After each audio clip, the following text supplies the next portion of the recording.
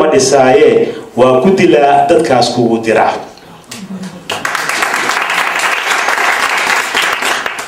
It means he, the donor, is using you for his interest. The person who gives you donation will not construct your country for you. He kills you and sets the people against you.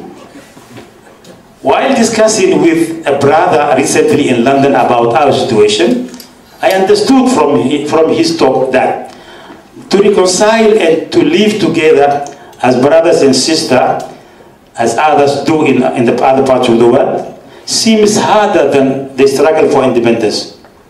And today, if we do not restore our sense, the probability of being colonized again cannot be ruled out.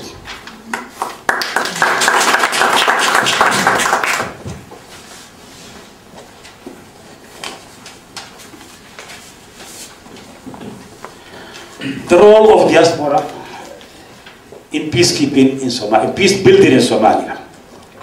If the policy mentioned by former President Daniel Arap Moi in his statement in American Defense University in Washington in September 2003 regarding the Reconciliation Conference of Somalia still stands, then there is nothing more Somalis can expect from outside source. It is therefore high time to try the role that home and outside grown civil society and diaspora can play in bringing peace in the motherland. First of all, we have to understand that in our case, before building peace, there are two other hurdles to overcome: peacekeeping and peacemaking. The reason for failing so far in bringing peace in the country is that we are jumping to peacekeeping. We are jumping to peacekeeping and peace building before we first make the peace itself. That is usually the failure. There is no doubt that the Somali diaspora and the civil society can contribute to reconciliation and to achieve peace and stability. Then they can only help in rebuilding in the motherland. With their knowledge, expertise, and funding or creating projects in the country of origin, that's Somalia for you. I don't want you to say later, oh, I was born in a place called Somalia. Before that comes, you better do something. Thank you. It's my belief that Somalia diaspora that I am thinking has a national outlook. I'm sure you're all interested in having good things in your country. Free from clan influence, so that it can contribute to the betterment of the whole country. The diaspora has potential to make meaningful contribution to peace and reconciliation, and is an important source of financial, entrepreneurial, and human capital. They are the possible source of knowledge and expertise.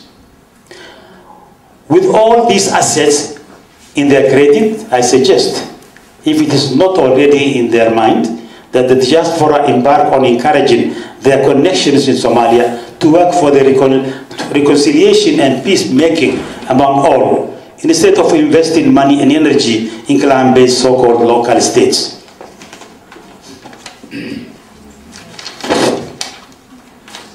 We need to change our mind from divisive politics and from all that are potential threat to existence of Somalia, to nationhood. If the establishments of Bantustan-type states continue, then we are heading to make Somalia as a place that will be talked about in the past tense. And that day will be too late to cry for the motherland. Thank you. I'm also here ready for any question, no matter whether it is within the paper or outside the paper. Because the paper can contain only little.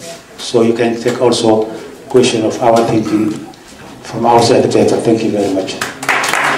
World War II, the two world wars.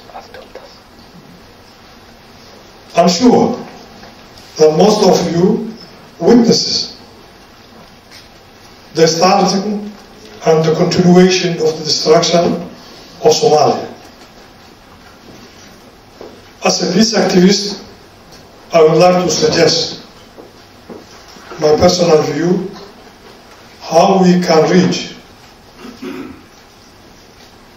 an ultimate objective of the restoration of Somali state through peace building. It can be achieved by organizing a very small international secretariat which can organize in phases how to solve through peace the Somali problem. First, if they try to solve the problem of southern central Somalia, and then the next phase, the southern central Somalia and Puntland, and at the same time, the Puntland and Somaliland try to solve their problems in a friendly manner, and the whole Somalia in that case can be easily achieved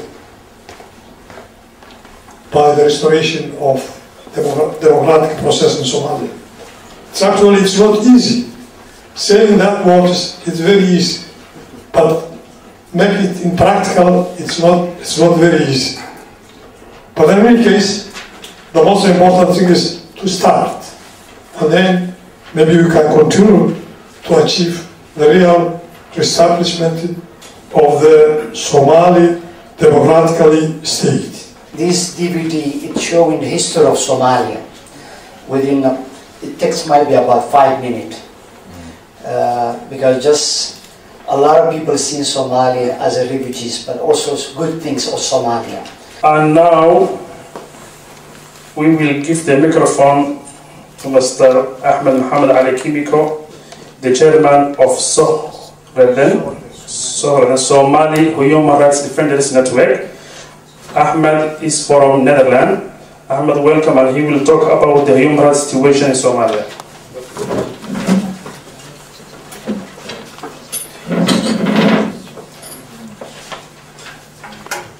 Thank you very much. Thank you all for the dignitary guests and participants. Dignitary guests and participants. I would like to thank you first for the delegates who spared their valuable time and sharing with us this important event and the program which is peace building through boys and civil society, organized by Nordic. We are discussing the severe conditions in our home country and how we could promote the current situation. In this opportunity, I was entitled to say something about the human rights situation in Somalia,